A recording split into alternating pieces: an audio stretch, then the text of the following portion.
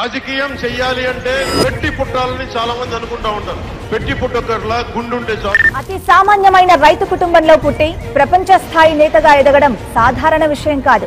ఒక మనిషిని కొలవాలి అంటే ఓటమి తీసుకున్న తర్వాత ఎలా నిలబడి ఉన్నాడు. 42 సుదీర్ఘ రాజకీయ ప్రస్థానంలో ఎన్నో వడిదుడుకులు. ఎన్నడూ వెన్ను చూపలేదు, వెనుదిరిగి చూడలేదు, వెనకడుగు వేయలేదు. విలువలు, వ్యక్తిత్వం అనే 2 అంశాలను తన ఆయుధాలుగా మలుచుకున్నారు. ఇతర నేతలకు ఆదర్శంగా నిలుస్తున్నారు. నిత్య కృషివలుడిగా తెలుగు జాతి వెలుగు రేఖగా పేరొందిన నారా చంద్రబాబు నాయుడు అధికారంలో ఉన్నా లేకపోయినా ప్రజాసేవకే అంకితమయ్యారు.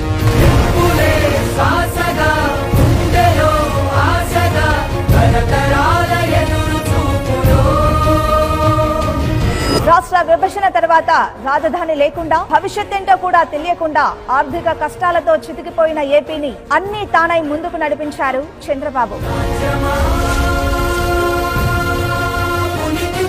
శిఖరాగ్రం వైపు చూపు నిలపగలిగేవాడే నిజమైన నాయకుడు. అంతేగాని శిఖరాగ్రం వైపు చూస్తూ ఉన్న బాటను ఛిద్రం చేసేవాడు కాదు.